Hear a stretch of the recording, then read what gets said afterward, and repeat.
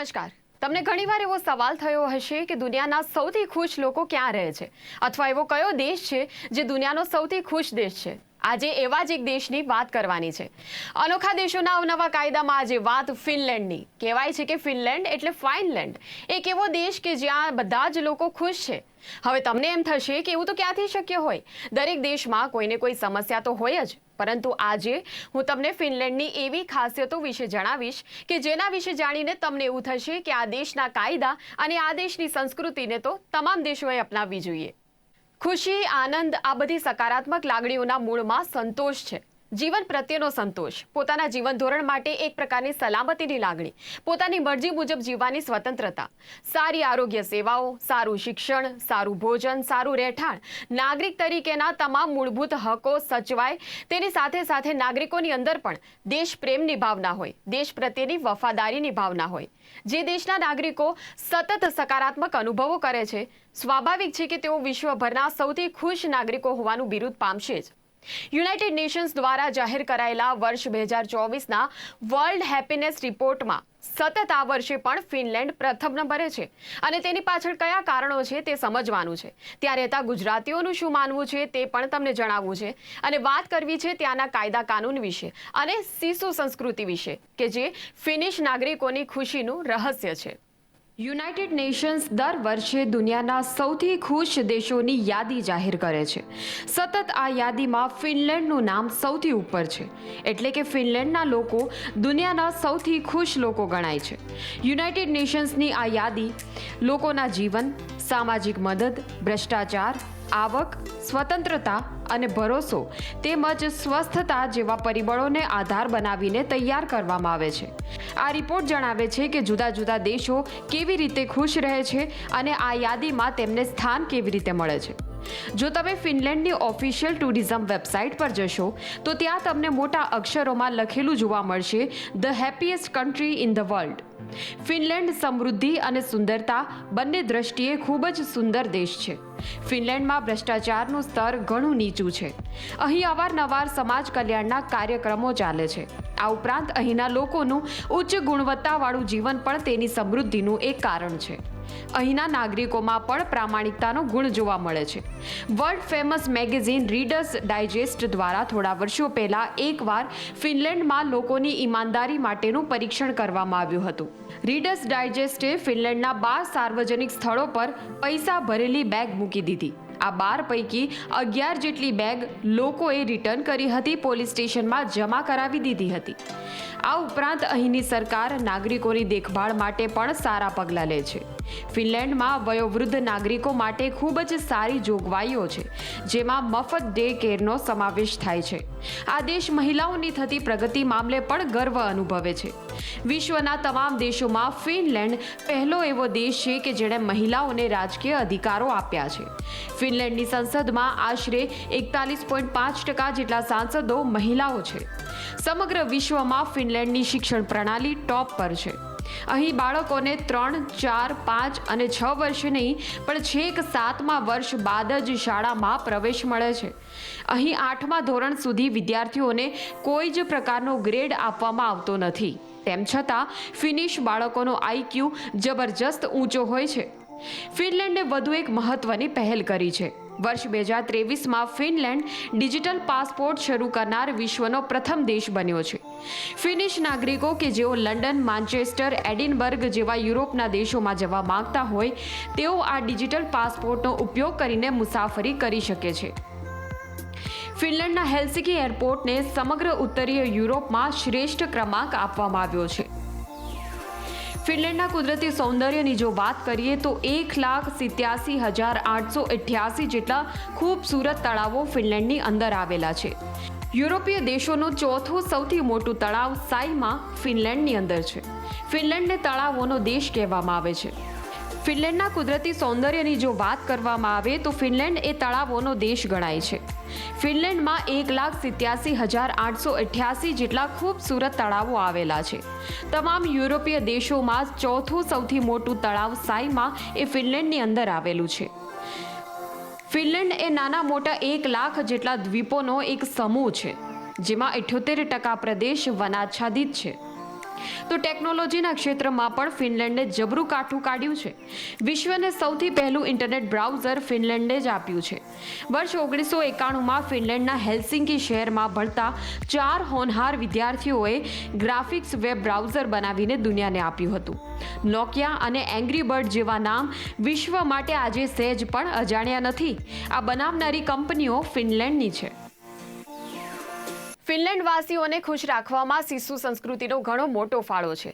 સિસુ સંસ્કૃતિમાં સિસુ શબ્દનો અર્થ છે કે ક્યારેય હાર ન માનવી, અને ફિનલેન્ડના લોકો ક્યારેય મુશ્કેલીઓ સામે હાર માનતા નથી. ફિનિશ લોકોનું મન ગમે એવા કપરા સંજોગોમાં પણ હાર માનતું નથી. એવું કહેવાય છે કે આ સંસ્કૃતિ જ તેમને ખરાબ સંજોગોમાં તેમનું મનોબળ જાળવી રાખવામાં મદદ કરે છે. ત્યારે આવો જાણીએ શું છે આ સિસુ સંસ્કૃતિ. સિસુ સંસ્કૃતિમાં સિસુ શબ્દનો અર્થ થાય છે પ્રતિકૂળતાઓનો સામનો કરવા માટેની માણસની અંદર રહેલી શક્તિ, માણસનું આત્મ મનોબળ, પડકારો સામે લડવા માટેની માણસની અંદર રહેલી સ્થિતિસ્થાપકતા. ફિનલેન્ડ સ્થિત ફ્રેન્ક માટેલા નામના મનોવૈજ્ઞાનિકે આ વિષય પર એક વિગતવાર અભ્યાસ કર્યો છે, જેમાં કેટલાક રસપ્રદ કારણો જાણવા મળ્યા છે. તેમાંથી ફ્રેન્કે 5 સોનેરી સિદ્ધાંત નોંધ્યા છે, જેના આધારે અહીંના લોકો અન્ય દેશની સરખામણીએ વધુ ખુશ રહી શકે છે. પહેલો સિદ્ધાંત: પોતાની મરજીથી જીવવું. અહીંના લોકોને આસપાસની અન્ય વ્યક્તિઓને ખુશ રાખવાનો શોખ નથી, અને તેનો અર્થ એવો નથી કે ફિનલેન્ડ વાસીઓ અન્ય કોઈની ખુશી જોઈને ઈર્ષ્યા કરે છે, પરંતુ તેઓ પોતાની ખુશીને વધુ મહત્વ આપે છે, પોતાના સુખ દુઃખની વધુ ચિંતા કરે છે, વધુ પ્રાધાન્ય આપે છે.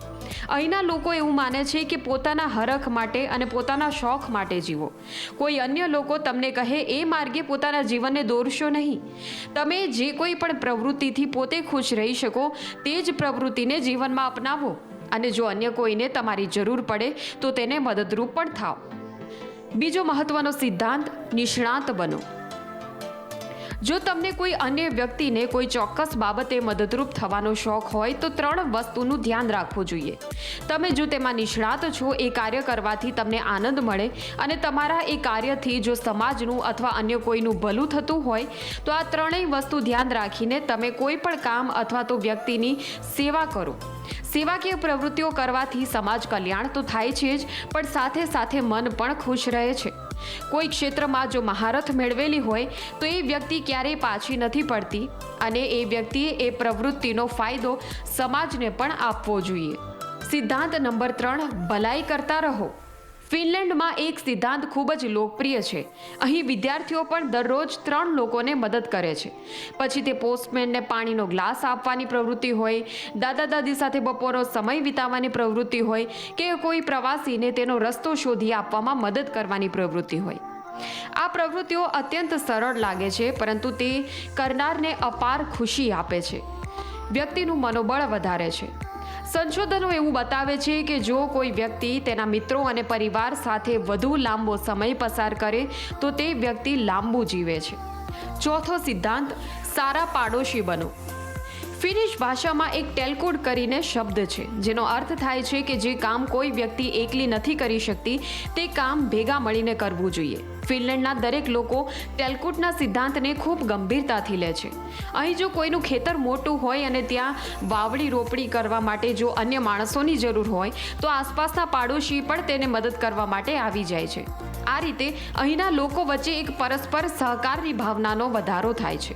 ફિનિશ લોકો માને છે કે પાડોશીને મદદરૂપ થવું એ એક પ્રકારનો સામાજિક કર છે જે દરેકે ચૂકવવો જોઈએ.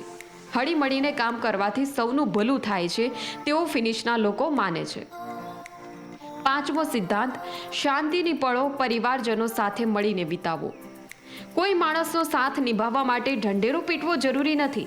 જ્યારે કોઈ વ્યક્તિ ઓચિંતા જ એકલવાઈ થઈ જાય ત્યારે તેની સાથે રહેવું એ સૌથી મહત્વનું છે. આવી પરિસ્થિતિ માટે ફિનિશ ભાષામાં એક કહેવત છે કે બોલવું એ ચાંદી સમાન છે તો શાંત રહેવું એ સુવર્ણ સમાન છે. ફિનલેન્ડના લોકો આ કહેવતને ખૂબ જ અનુસરે છે. અહીંના લોકો એકબીજા સાથે નિરાંતની પળો વિતાવવાનું ખૂબ પસંદ કરે છે. ફિનલેન્ડના લોકો અવારનવાર ગરમ પાણીના કુંડમાં નહાવા જાય છે, પ્રકૃતિમાં શાંતિથી બેસીને પક્ષીઓનો અવાજ સાંભળે છે, દરિયાકાંઠે બેસીને સમુદ્રના અવાજનો આનંદ માણે છે. આ પ્રકારની પ્રવૃત્તિઓના સમૂહમાં કાર્યક્રમો યોજાતા હોય છે. પોતાના સ્નેહીજનો સાથે શાંતિથી બેસીને જીવનની અમૂલ્ય ક્ષણો માણવાને કારણે જ લોકોના જીવન ધોરણમાં ભાવનાત્મક સુધારો થાય છે અને લોકો વધુ ને વધુ ખુશ રહી શકે છે. ફિનલેન્ડના લોકો ક્ષણિક આનંદ કરતાં લાંબા ગાળાના સંતોષ પર વધુ ભાર મૂકે છે. યુએસ, યુકે, ભારત, ચીન જેવા કરોડોની વસ્તી ધરાવતા દેશો તેમજ સમગ્ર વિશ્વના 143 દેશોની યાદીમાંથી માંડ 50-60 લાખની વસ્તી ધરાવતો આ ટચુકડો દેશ સતત ખુશહાલ દેશોની યાદીમાં નંબર 1નું સ્થાન મેળવી રહ્યો છે. તો તમને પણ એવો સવાલ થતો હશે કે આપણે પોતે પણ જો આવા સુંદર દેશમાં વસવા માંગતા હોઈએ તો તે કઈ રીતે શક્ય બને? જો કે વસવાનો વિચાર કરતા પહેલા એ જાણી લેવું જોઈએ કે ફિનલેન્ડમાં રહેતા ભારતીયોનું જીવન કેવું છે. ત્યાંના લોકો પણ શું ફિનિશ લોકોની જેમ ખુશ છે? ખાસ કરીને એ ગુજરાતીઓ કે જે ઘણા વર્ષોથી ત્યાં સ્થાયી થયેલા છે, તેઓ આ દેશ વિશે શું વિચારો ધરાવે છે તે અમે જાણવાનો પ્રયાસ કર્યો. નમસ્તે, મારું નામ હેતલ ધ્રુવ ટોપીવાલા છે. હું સુરત ઇન્ડિયાથી બિલોંગ કરું છું અને હું અહીં લાસ્ટ 1.5 વર્ષથી ફિનલેન્ડમાં છું. હું અહીં એઝ અ સ્ટુડન્ટ આવી હતી અને મારા હસબન્ડ એઝ અ ડિપેન્ડન્ટ આવ્યા હતા. હું અહીંની એક well known university Metropolia university of applied સાયન્સની સ્ટુડન્ટ છું અને મારા સ્ટડી પ્રોગ્રામનું નામ છે bachelors of business administration in international business and logistic, જે 3.5 વર્ષનો કોર્સ છે.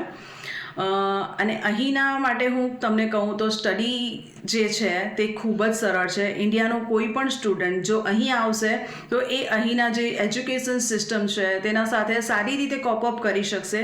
It's a little bit different but not hard for any of the Indian student. અહીંની એક સુંદર વસ્તુ કહું તો આફ્ટર ઓલ આ યુરોપિયન કન્ટ્રી છે, ખૂબ જ સુંદર છે. લાઈક સમરમાં તો એ ખૂબ જ સુંદર છે અને હા, એનું વિન્ટર થોડું ચેલેન્જિંગ હોઈ શકે છે બટ આપણે ઇન્ડિયન્સ એને કોપ અપ કરી શકીએ છીએ ઇઝીલી. અહીંની સૌથી બેસ્ટ વસ્તુ જો મને લાગી હોય તો એ છે સિક્યોરિટી. કોઈ પણ ઇન્ડિયન વુમન કે ઇન્ડિયન ગર્લ જો અહીં આવે છે તો એણે કોઈ ચિંતા કરવાની જરૂર નથી, બિકોઝ આ સેફેસ્ટ કન્ટ્રી છે અને ખૂબ જ સિક્યોર છે. એઝ અ લેડીઝ આ ખૂબ જ સિક્યોર છે એવું હું માનું છું. અહીંની બીજી કઈ સુંદર વસ્તુ કહું તો એક અહીંના લોકો જેમનો સ્વભાવ ખૂબ જ શાંત છે. લાઈક અહીં નોઇઝ પણ નથી અને એકદમ શાંત વાતાવરણ છે જે આપણને ખૂબ જ ગમી જાય.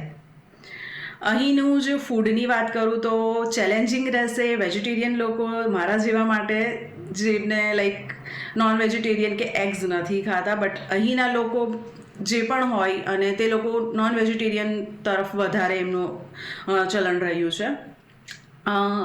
અહીંની બીજી કોઈ વસ્તુ સારી હું તમને કહું તો અહીંના પેકેજીસ અને જોબ જે છે તે ખૂબ જ સારી હોય છે, સારી પોસ્ટ મળી શકે છે. બટ એક વસ્તુ જે સૌથી વધારે સૌને નડે છે તે છે અહીંની લેંગ્વેજ. અહીં જો તમે ફિનિશ લેંગ્વેજ જે બોલાય છે, જે તમે જો શીખી ગયા તો તમારા માટે સ્કોપ ખૂબ જ છે, પણ જો આ લેંગ્વેજ તમને ના આવડતી હોય તો પછી અહીં જોબ ફાઇન્ડ કરવી ખૂબ જ મુશ્કેલ છે. તો તમારું જો અધર લેંગ્વેજ શીખવા માટેનું જે સ્કિલ્સ જોઈએ તે બધી સ્કિલ્સ તમારા પાસે છે અને તમે આ ચેલેન્જ એક્સેપ્ટ કરવા તૈયાર છો તો પછી અહીં જોબ ફાઇન્ડ કરવી ખૂબ જ ઇઝી છે. તો અત્યારના સ્ટુડન્ટ્સ અને હું પણ જે સ્ટ્રગલ કરી રહી છું તો લેંગ્વેજના લીધે જ છે, બિકોઝ મારે પણ ઇન્ટર્નશિપ ફાઇન્ડ કરવાની છે અને એના માટે Finnish language is a compulsory. Finnish લેંગ્વેજને કે લેંગ્વેજ નહીં શીખી અને ઇંગ્લિશના બેઝ પર તમે એમ વિચાર કરતા હોય કે અહીં તમે સર્વાઈવ કરી લેશો તો એ ક્વાઇટ ચેલેન્જિંગ રહેશે, બિકોઝ ફ્યુચર માટે તમારે લેંગ્વેજ શીખવી ખૂબ જ જરૂરી છે. અહીંનું હોસ્પિટાલિટીની વાત કરીએ તો લાઈક ખૂબ જ એક્સપેન્સિવ છે અને એ ખાસી એવી એક્સપેન્સિવ છે. અને એક વસ્તુ સારી પણ એ છે કે અહીંયા આવ્યા પછી કોઈ બીમાર નથી પડતું, એ પણ એક ફેક્ટ છે because of the weather. And જોબવાળી વસ્તુની વાત કરું તો તમને નાના પાયાની જોબ અહીંયા સારી રીતે મળી જાય છે, બટ હમણાં આ સિચ્યુએશન ખૂબ જ ચેલેન્જિંગ છે કે નાના પાયાની જોબ હોય કે એવી પણ જોબ તમને ફાઇન્ડ કરવામાં ખૂબ જ અઘરી લાગશે, બિકોઝ ઓફ તમને ખ્યાલ છે કે આ વોરની અસર આપણા બધા કન્ટ્રીઝ પર થઈ છે. તો એ જોબ ફાઇન્ડિંગ અહીં ખૂબ જ ચેલેન્જિંગ છે. ફિનલેન્ડમાં રહેતા મનીષભાઈ પણ આવા જ એક ગુજરાતી છે કે જેઓ ઘણા વર્ષોથી ત્યાં સ્થાયી થયા છે અને ફિનલેન્ડની લાઇફસ્ટાઇલ વિશે તેઓ ઘણી માહિતી ધરાવે છે. તેમણે પણ ફિનલેન્ડના લોકો વિશે ઘણી ઇન્ટરેસ્ટિંગ વાતો અમને જણાવી. આ ખૂબ સારો કન્ટ્રી છે, હેપીનેસ કન્ટ્રી છે, but happiness doesn't mean that they have lots of money. Of course they have money, પણ more than money they have happiness. અને હેપીનેસનો મેઇન રીઝન છે કે દેર ઇઝ ઇક્વાલિટી, ડિસિપ્લિન અને organise system. Any education, administrations, management, medical, કોઈ પણ એરિયામાં તમે જુઓ તો everything is organise. System totally organise છે. અને સિસ્ટમ તો ઓર્ગેનાઇઝ હોય, પણ એ વધારે સારી ક્યારે બને કે જ્યારે લોકો એને ડિસિપ્લિનથી સ્વીકારે. અહીંનું વેધર 3-4 ઓટમ, મોન્સૂન, વિન્ટર અને સમર. Summer is beautiful. ગઈકાલે જ મિડ સમર નાઇટ હતી. કદાચ જે લોકોને ખબર ના હોય એને કહી દઉં કે મિડ સમર નાઇટનો મતલબ હોય છે કે આખી રાત સૂરજ જ ના ડૂબે, ઓલમોસ્ટ 24 hours ડે. તો એ પણ એક કુદરતનો એક ખૂબ સુંદર કરિશ્મા છે. અને ઇન્ડિયામાં રહેતા દરેક વ્યક્તિ જો શક્ય હોય તો એક વખત તો ફિનલેન્ડની મુલાકાત લેવી જોઈએ. અહીં ફિનલેન્ડ એના એજ્યુકેશન સિસ્ટમ માટે ફેમસ છે. અને હું અહીંયા ભણ્યો છું એટલે મને ખબર છે, મીન્સ કે મેં જાતે અનુભવ કર્યો છે કે education system is the best of Finland. જિંદગીમાં ક્યારેય ચાન્સ મળે, ઈશ્વર તમને તક આપે તો અહીંયા એક વખત 100% ભણવું જોઈએ. ઉંમરનો કોઈ બાદ નથી. ત્યાં સુધી સવાલ છે કે ઇક્વાલિટી, તમે કંઈ નાત, જાત, રંગ, કદ, કાઠી એનાથી કંઈ મતલબ નથી. You all are equal. અને બીજું, તમારા કોઈ પણ સપના હોય તો તમને પૂરી કરવાની પૂરી તક ફિનલેન્ડ આપે છે. હા, શરૂઆતમાં જ્યારે આવો ત્યારે થોડું ઘણું લેંગ્વેજ અને વેધરના કારણે તકલીફ થઈ શકે, but long term, after long term it can give you good reward. અમે વાત કરી ગુરુભજનસિંહજી સાથે કે જેઓ મૂળ પંજાબના છે અને છેક 70ના દાયકામાં તેઓ ફિનલેન્ડમાં આવીને પોતાના પરિવાર સાથે વસ્યા. તેમણે ઘણો સંઘર્ષ કરીને પોતાની રેસ્ટોરન્ટ ખોલી. અમે તેમની પાસેથી જાણવાનો પ્રયાસ કર્યો કે ફિનલેન્ડમાં આવ્યા બાદ તેમણે કેવી રીતે પોતાની એક આગવી ઓળખ બનાવી અને કેવા પડકારોનો તેમણે સામનો કર્યો છે. मेरा नाम गुरबचन सिंह है. मैं यहाँ फिनलैंड में बहुत देर से रह रहा हूँ, लेकिन पंजाब से मैं बंगा के नज़दीक एक गांव से हूँ. मैं 1975 में फिनलैंड आया था.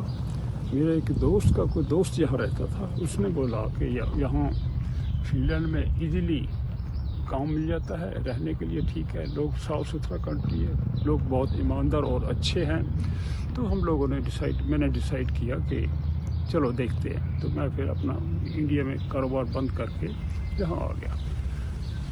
और पाजी, आप कौन से साल में आए थे यहाँ पे? मैं 1975 में आया था. ओके. 1975 और से फिर यहाँ क्या आपने क्या किया पहले? सबसे पहले हम लोगों ने, क्योंकि इजीली रेस्टोरेंट में काम मिलता था, तो हम लोग रेस्टोरेंट में काम शुरू किया. तो रेस्टोरेंट में काम करते करते जब हम लोग सीख गए तो हम लोग मैं अपना काम छोड़ के, मेरे को एम्प्लॉयर ने ट्रेनिंग में भेज दिया 2 साल के लिए. मैं 2 साल ट्रेनिंग करके आया तो मैं किचन का इंचार्ज हो गया और चुपचाप काम करते रहे. इसी लाइन में कम से कम 10 साल मैंने नौकरी की. अच्छा, तो 10 साल में आपने अपने खुद के रेस्टोरेंट भी खोले? उसके बाद मैंने 10 साल के बाद पैसे इकट्ठे होने के बाद जी मैंने अपना रेस्टोरेंट लिया. सबसे पहले एक कैंटीन, फैक्ट्री का कैंटीन किराए पे लिया, जो कम से कम 3-4 साल चलाया. बहुत अच्छा चला. उसके बाद मैंने और पैसे इकट्ठे हो गए तो एक रेस्टोरेंट ले लिया. ओके. रेस्टोरेंट में कम से कम 30 साल चलाया. 2-3 रेस्टोरेंट मेरे पास हो गए थे. मैं सब मिला के 25-30 साल रेस्टोरेंट बिजनेस में काम किया. अच्छा, मैं एक सवाल पूछना चाहूँगा. आपने जो रेस्टोरेंट खोले उसमें यहाँ की सिस्टम ने आपको कैसे हेल्प किया? सिस्टम मेरे को, यहाँ हम लोग क्योंकि रेस्टोरेंट में काम करते थे तो थोड़ा सिस्टम हमको पता भी था, लेकिन लैंग्वेज की डिफ़िकल्टी की वजह से जहाँ जो अकाउंटेंट होते हैं वो काफ़ी हेल्प कर देते हैं. जो भी तुम्हारी डिफ़िकल्टी, कोई चिट्ठी लिखना है, किसी चिट्ठी का जवाब देना है, अकाउंट मेंटेन करना है, ये सब हमारे अकाउंटेंट करते थे. उनकी हेल्प से सारा काम हम लोग कामयाब रहे. अच्छा, ये फिनिश सोसाइटी की कौन सी चीज़ है जो आपको अट्रैक्ट करती है या तो बहुत अच्छी लगती है? यहाँ एक तो सिस्टम बहुत अच्छा है. हर हेल्थ सिस्टम ले लो, जो ट्रैफिक का ले लो, कोई भी सिस्टम ले लो, रेजिडेंशियल सिस्टम ले लो, बहुत अच्छा सिस्टम है. सब सिस्टम के हिसाब से चलता है, क्योंकि सिस्टम अच्छा है इसलिए सारे काम टेलीफोन से ही हो जाते हैं. कोई पर्सनली किधर जाके काम करवाने की जरूरत नहीं पड़ती है. और आप अपनी पिछली लाइफ में भी यहाँ जीना क्यों चाहते हो?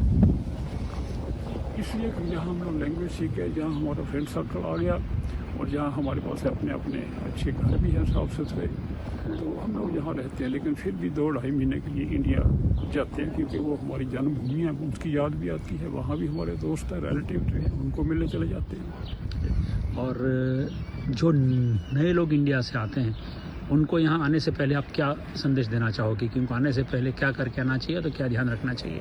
जब हम लोग आए उस टाइम में 80s 90s में बहुत जहाँ काम बहुत था, लेबर की शॉर्टेज थी या ऐसा बोले तो वर्कर की शॉर्टेज थी। लेकिन अभी तो एक तो इन्फ्लेशन चल रहा है, दूसरे नंबर पे ये आजकल काम बहुत कम हो गया, महंगाई बहुत हो गई। इसलिए यहाँ आने से पहले थोड़ा सोचना चाहिए क्योंकि काम मिलना बहुत मुश्किल हो गया।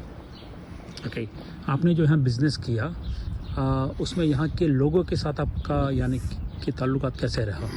How is the people of finish people? यहाँ के लोग मेजॉरिटी ऑफ पीपल तो हमें कोऑपरेट करते रहे, हमें गाइड करते रहे। जो 1-2% अगर कोई डिफ़िकल्टी भी आई, वो भी यहाँ का कानून बहुत अच्छा है, पुलिस बहुत अच्छी है। उन लोगों ने बड़े आराम से कोई difficulty I, they solve it, उन्हें सॉल्व कर दिया। Very good. और आपने आपके बच्चों को भी, जहाँ तक मैं जानता हूँ, अपने बच्चों को ने भी यहाँ एजुकेशन लिया? क्योंकि बच्चे जहाँ पैदा हुए सब के सब, इसलिए वो यहाँ से उन्हें सब लोग पढ़ लिख के अपने अपने अच्छी नौकरी पे लगे हुए हैं। हाँ। ફિનલેન્ડમાં નાગરિકોની સલામતી માટે આકરો દંડ અને કાયદાકીય કાર્યવાહી કરવામાં આવે છે. જો ટ્રાફિકના નિયમોનો ભંગ કરતા અહીંના નાગરિકો પકડાય તો ફરજિયાતપણે તેણે તેની આવકનો 10% ભાગ દંડ રૂપે જમા કરાવવું પડે છે. પછી તેની આવક 1 લાખ રૂપિયા હોય કે 10,000 રૂપિયા હોય, આવકના 10% સરકારને ચૂકવવા જ પડશે. ફિનલેન્ડમાં સ્વચ્છતા બાબતે પણ પૂરતું ધ્યાન રાખવામાં આવે છે. કોઈ પણ વિસ્તારમાં કોઈ વ્યક્તિ ગંદકી કરતો પકડાય તો તેને પણ આકરો દંડ ફટકારવામાં આવે છે. ઘણા એવા કાયદા છે કે જે કડક હોવા છતાં પણ લોકો તેનું હોંશે હોંશે પાલન કરતા જોવા મળે છે. લોકો પોતાની રીતે જ શિસ્તનું એક પાલન કરે છે અને દેશભક્તિનો પુરાવો આપે છે. અહીંના લોકો દરેક બાબતોમાં પોતાના દેશને પ્રથમ સ્થાને મૂકે છે અને એટલા માટે જ ફિનલેન્ડે આટલી પ્રગતિ કરી છે. ફિનલેન્ડના દરેક નાગરિકને આર્થિક સુરક્ષા ભથ્થાની સાથે અનેક એવા અધિકારો અને સુવિધાઓ મળે છે કે જેનાથી તેમનું સારું જીવન ધોરણ જળવાઈ રહે. અહીંના નાગરિકોને જો તેઓ નોકરી ગુમાવશે તો શું થશે તેવું ક્યારેય વિચારવું પડતું નથી. જો તેઓ વૃદ્ધ થઈ જાય અને તેમની પાસે પૈસા ન હોય તો શું થશે, અથવા જો તેમનો અકસ્માત થાય કે તબિયત નાદુરસ્ત થાય તો સારવાર કેવી રીતે મેળવશે તેની કોઈ ચિંતા અહીંના નાગરિકોએ કરવી પડતી નથી, કેમ કે આ તમામ જવાબદારી સરકાર ઉપાડે છે. જીવન જરૂરિયાત મુજબ લોકોની આવક પણ એ મુજબની જ છે. ફિનલેન્ડ સૌથી સ્થિર અને સલામત દેશ છે. વર્ષ 2015માં અહીં 1 લાખની વસ્તી પર હત્યાનો દર માત્ર 1.28% જેટલો નોંધાયો હતો. આ દેશમાં ક્રાઇમ રેટ ખૂબ જ ઓછો છે. વર્ષ 2015માં અહીં માત્ર 50 જેટલી જ હત્યાઓ થઈ હતી. સંગઠિત અપરાધ લગભગ અસ્તિત્વમાં જ નથી. પોલીસ પણ ખૂબ જ વિશ્વસનીય છે અને કાર્યક્ષમ છે. અહીંની પોલીસ અને ઇન્ટરનેટ સુરક્ષા વિશ્વમાં બીજા ક્રમે ગણવામાં આવે છે અને કાયદાનું ચુસ્તપણે પાલન થાય છે. હવે વાત કરીએ ફિનલેન્ડના કાયદા વિશે. અહીં લગભગ દરેક વ્યક્તિ પોતાની આવકનો 40 થી 50% ભાગ અલગ અલગ પ્રકારના કરવેરામાં આપી દે છે, અને એ પણ રાજી ખુશીથી. તમને જાણીને નવાઈ લાગશે કે પોતાની આવકનો ઓલમોસ્ટ અડધો હિસ્સો સરકારને આપી દેવાનો ફરજિયાત કાયદો હોવા છતાં લોકો ખુશી ખુશી તેને અપનાવી રહ્યા છે. ફિનલેન્ડમાં લોકોને ટેક્સના ભારણ સામે વાંધો નથી. તેમને ટેક્સ ચૂકવવામાં કોઈ મુશ્કેલી થતી નથી, કેમ કે તેમને ખબર છે કે આ ટેક્સના પૈસાથી સરકાર તેમના બાળકો માટે ઉચ્ચ ગુણવત્તાવાળું શિક્ષણ, આરોગ્ય સેવાઓ, બેરોજગારી ભથ્થું, અન્ય નાણાકીય ભથ્થા, આ તમામ સુવિધાઓ મફતમાં ઉપલબ્ધ કરાવે છે. કોઈ પણ નાગરિક જ્યારે ઈચ્છે ત્યારે કરવેરાના નાણાં સરકારે ક્યાં ખર્ચ્યા છે તેની માહિતી તેને સરળતાથી મળી રહે છે. નાગરિકોને સરકાર પર ભરોસો છે કે સરકાર એક પારદર્શી વહીવટ જ ચલાવશે, અને ફિનલેન્ડની અર્થવ્યવસ્થામાં આ ભરોસો જ મહત્વનો છે. તો આ હતી વાત ફિનલેન્ડ વિશેની. ખરેખર તો ખુશી, આનંદ, સુખની જે વ્યાખ્યા હોય છે તે તો વ્યક્તિએ બદલાતી હોય છે. દરેક વ્યક્તિ સુખ અને આનંદ વિશેના પોતાના અલગ અલગ વિચારો ધરાવતી હોય છે. પરંતુ અત્યારના સમયમાં જ્યાં માણસ પરનો વિશ્વાસ ગુમાવી બેઠો છે, એવા સમયમાં જો આપણને એવા મોજીલા લોકો મળી જાય કે જે સતત આનંદના સાગરમાં હિલોળા લેતા હોય, જ્યાંની સરકાર ખરા અર્થમાં નાગરિકોની કાળજી લેતી હોય, અને જ્યાં સાચા અર્થમાં લોકશાહીનું અસ્તિત્વ જોવા મળે, તો એવા દેશ વિશે તો વાત કરવી જ પડે. આપને આ કાર્યક્રમ કેવો લાગ્યો અમને જરૂરથી જણાવશો. અત્યારે બસ આટલું જ. ફરી મળીશું. નમસ્કાર. है।